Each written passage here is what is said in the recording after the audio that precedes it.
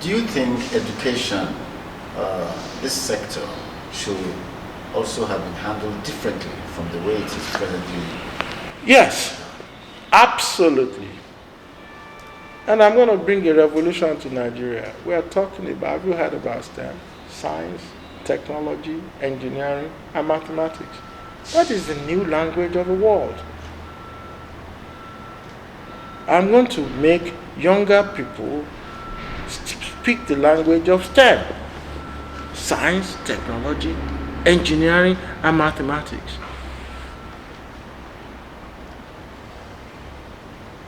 We are going to invest massively in teachers that will make us technologically ready for the next generation. We are going to lead the world in that. We have very, very smart young people, but we are not directing the energy. It is not the time to learn how to read the Bible now. So I'm not against that. But we are going to look forward. We are going to talk education that is purposeful, that is applied to our development, applied to our future. We're going to change the mindset that it is only book knowledge that we need. What about precision engineering? What about artisanship? We're going to change that. I'm not interested in just going to school because it is primary 1 to primary 6. And what's the purpose of that? We should have people who are going to say, in the next 20 years, we are going to be the best producer of the best cocoa in the world. So we need technology around it.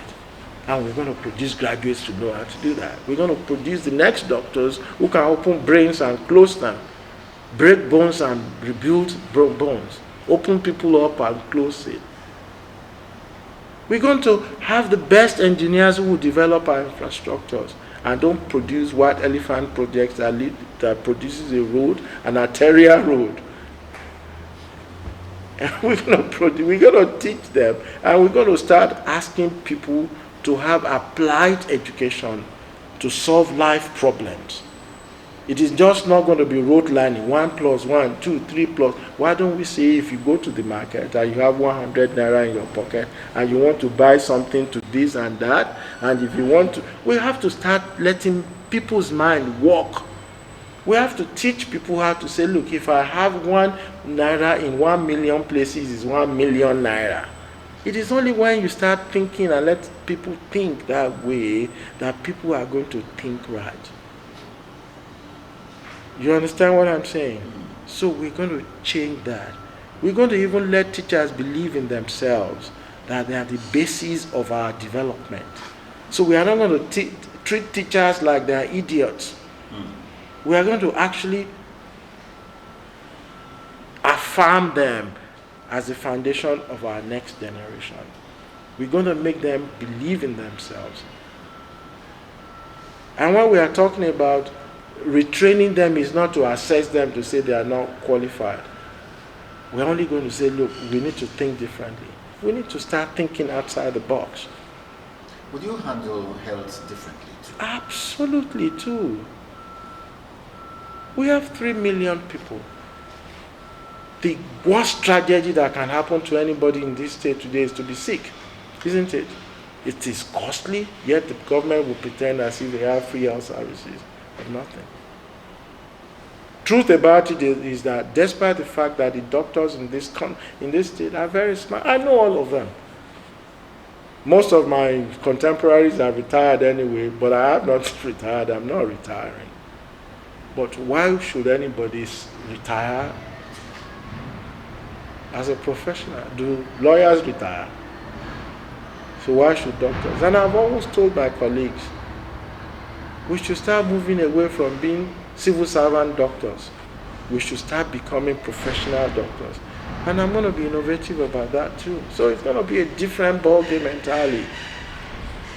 So how do you prevent medical doctors today who are traveling abroad almost on a wholesale basis. Do you want me How to? do you keep them? Do you want me to tell the truth? Go on. If I were a Nigerian doctor today, I would leave tomorrow. Why should I work in a system that stifles me?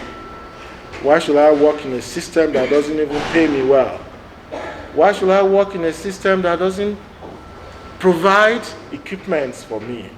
Most people do not understand that the major reason why Nigerian doctors leave is that government don't even understand what it means to run health services.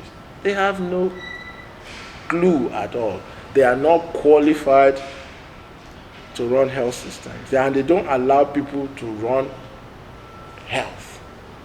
People who are qualified. Hospitals is not about just buildings. It is about planning. It's about purposeful development. If you are a doctor and you don't have a pathway to know, I am going to be the best doctor in my discipline because the government does not make it happen, why should I stay? Look, if an average Nigerian doctor stays in this country and wants to become a consultant, it will take forever. Because there's no planning for it. Yet, if that same doctor leaves the shores of this country tomorrow, and he lands in any first world, the max is in 5 years is a consultant. Because he's going to be trained for it.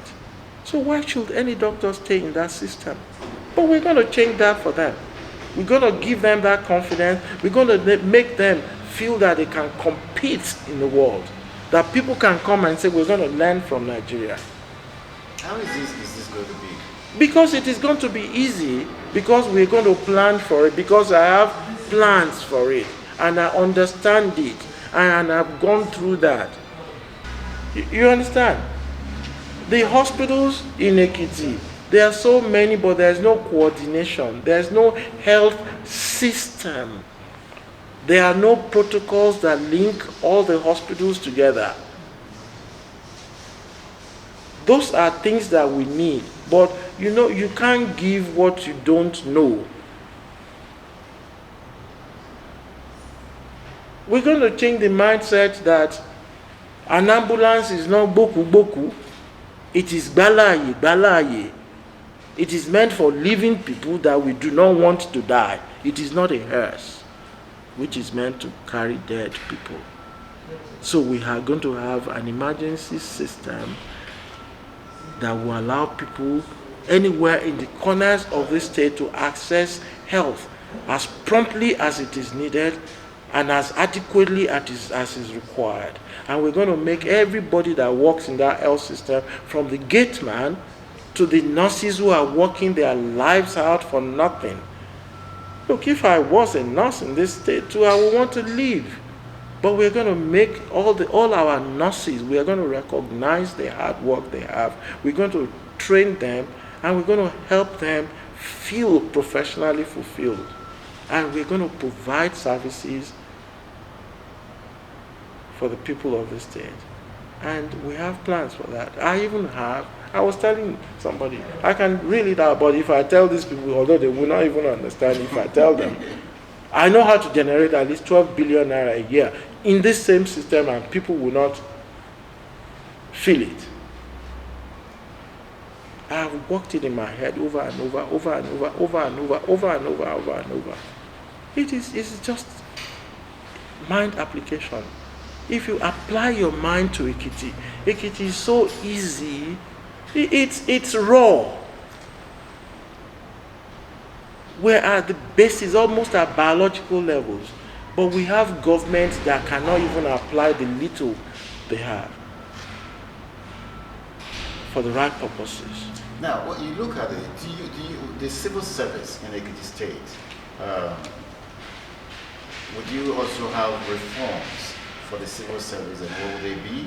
That's about that. Then the local government, a lot of people are finding fault with the local government. Before now, some people say they just collect money for doing nothing.